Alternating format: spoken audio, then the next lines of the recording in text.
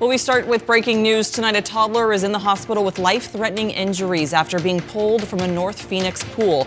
It happened near the Loop 101 and 19th Avenue. We are told officers arrived just after 5 p.m. The family had already taken the child to a local hospital. Police continue to investigate. A warning tonight for drivers after people reportedly are getting text messages claiming they owe money for a traffic camera or photo radar violation. Good evening, and thanks for joining us on 12 News at 10. I'm Jade Cunningham. Phoenix police are also sharing what to watch out for if you get one of these text messages or emails. 12 News journalist Tiani Jadaling spoke with Phoenix PD and has details on what to look out for. That's right. Phoenix police say these messages may even include links for payment. But any official citations coming from these photo safety cameras are only ever delivered by mail.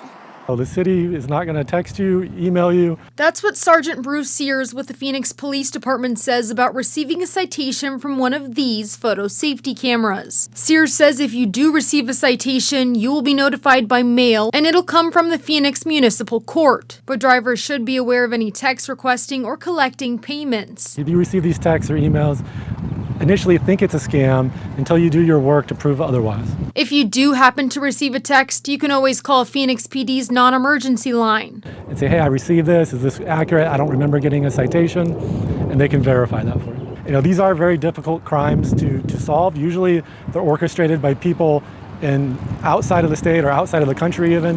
And they're using fake emails or spoofed phone numbers. As for what text messages or emails might say, this is what Sergeant Sears had to say. It's very common that they'll say you have a warrant for your arrest or you have a citation, and they create a sense of urgency to get you to pay these fines immediately, whether it's buying gift cards and providing them the numbers on the back of the gift card, or going to a crypto Bitcoin ATM machine and putting your cash into there and sending it through crypto. While it may be self-explanatory to some, they warn that it's important not to click on any links or provide personal information. Officials say it's best to treat these text messages and emails as scams until proven otherwise. In Phoenix, I'm Tiani Jadaling, 12 News. Well, new at 10, a memorial happening earlier today for two teens killed in an UTV crash last year. The vehicle they were in rolled into a dry canal. The family expected 500 cars to participate in today's event, along with a silent auction and RC car races. We are just so thankful for our community who has showed up for this second annual event. You can see there's over 300 cars here today for our first show. Just 90 days after the accident, there was over 300 vehicles here. So the community just continues to show up for us with their beautiful cars, vendoring, bringing gifts that we can include in the donations and auctions, really just keeping both of the boys' memories alive. So truly warms our hearts as a family. Nolan was my nephew. We miss them dearly, and we just want to continue their legacy. Arizona Game and Fish was also at the event to help promote off-road safety and education. A West Valley party reportedly turned violent over Easter weekend. Surprise police say they were called around 9 p.m. April 4th to the home near the Loop 303 and Greenway Road. It was reported a group of people assaulted a teenager, and they say firearms and tasers were found at that gathering. Video of the event was shared on social media showing a large number of people in attendance. Authorities say no parents or guardians were present. Anyone with information should contact Surprise Police. Fire crews had a busy day today, rescuing at least 3 people on valley hiking trails. The first one happened around 8:30 this morning on South Mountain. A woman reportedly had a medical emergency. The second, just 2 hours later, on Piestewa Peak for another woman with a medical emergency. Both went to a hospital and are expected to be okay. Now, the third rescue happened around 2 this afternoon on Camelback Mountain. Technical crews rescued a woman with a lower leg injury off the trail. The trail was temporarily closed because of her location. She is also expected to be okay.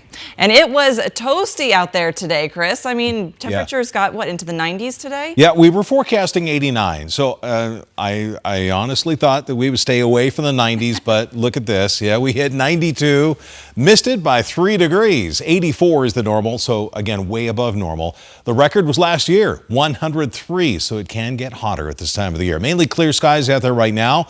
We stay in the 80s tomorrow. Yes, we will stay in the 80s. We have actually a lot of cloud cover that's going to move in during the second half of the day, and that's really going to block out that sun and also kind of an overall cooling of the atmosphere. And we're also looking at a chance for some Monday rain. That chance is pretty slim, at least for the valley, but the main weather impact for tomorrow is going to be not only the cooler weather, but the wind that will really come up. The Grand Canyon gusting to 46.